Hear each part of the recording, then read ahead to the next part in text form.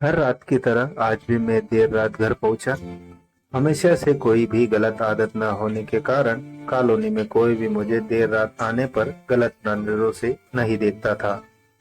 मैं हमेशा इस बात को लेकर गर्व करता था कि लोग अपने बच्चों में मेरी उपलब्धियों का उदाहरण देकर अच्छा पढ़ने लिखने की सलाह देते हैं। फिर यही सब सोचते हुए मैंने अपनी चाबी से घर का दरवाजा खोला। हालांकि मुझे पता था कि जब तक मैं घर नहीं पहुंचता तब तक दीप्ति को नींद नहीं आती थी। पर मैं अपने 5 साल के बेटे चिंटू को नींद से नहीं जगाना चाहता था। दरवाजे की हल्की सी आहट पाकर दीप्ति हमेशा की तरह कमरे से बाहर आई। तब तक मैं मुंह हाथ धोने बाथरूम की तरफ जा चुका था और हमेशा की तरह दीप्ति खाना गर्म करने किचन में चली गई। हर रोज ऐसा ही होता था। सुबह घर से निकलने के बाद हमारी मुलाकात रात को खाने पर ही होती थी। दीप्ति को इस तरह की जीवन शैली से कोई प्रॉब्लम नहीं थी। एक हाई क्लास सोसाइटी में अपनी साख बनाने के लिए हर किसी को इस हद तक की मेहनत करना ही पड़ती है। चिंटू सो गया। खाना खाते हुए मैंने दीप्ति से पूछा, हाँ काफी देर पहले आपका इंतजार कर रहा था, लेकिन फिर इंतजार करते करते ही सो गया। दीप्ति ने शिकायत भरे लहजे से कहा।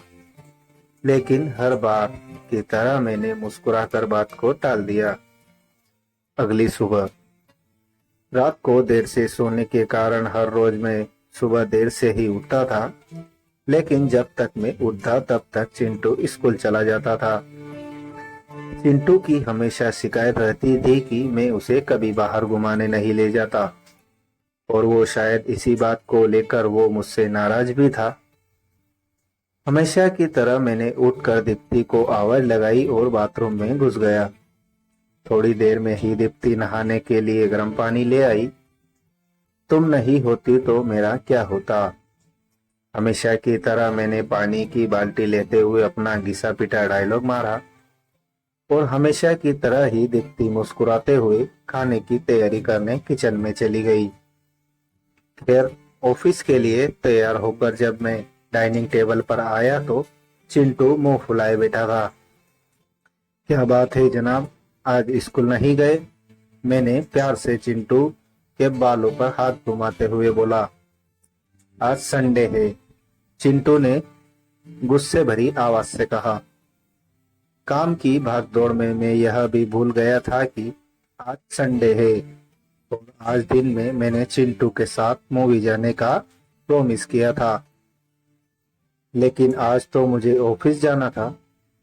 मुझे ऑफिस जाता देख चिंटू को अपना मूवी प्लान खतरे में पड़ता दिखाई दे रहा था, और शायद इसी के लिए वो मुझसे गुस्से से बात कर रहा था। पापा, आप एक घंटे में कितने पैसे कमा लेते हो? अचानक चिंटू ने पूछा। चिंटू ने पहले कभी इस रवैये से मुझसे बात नहीं की थी।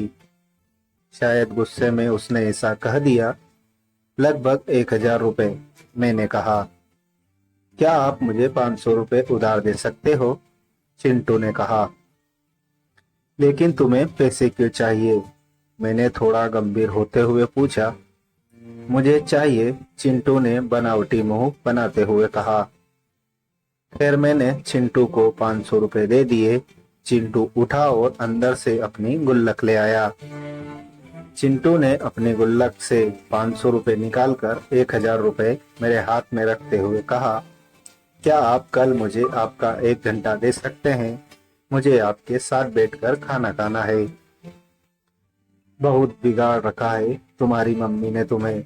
चिंटू की इस हरकत पर मैंने गुस्से से चिंटू को एक थप्पड़ लगाते हुए कहा। आज ऑफिस जाते हुए मैंने मन में बस यही सोच रहा था कि इस भागदौड़ भरी जिंदगी में क्या सब कुछ खरीदा जा सकता है।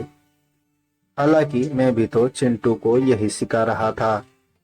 कहानी का तर्क यही है कि परिवार के लिए पैसे कमाने की चाह में हम परिवार को समय देना ही भूल जाते हैं।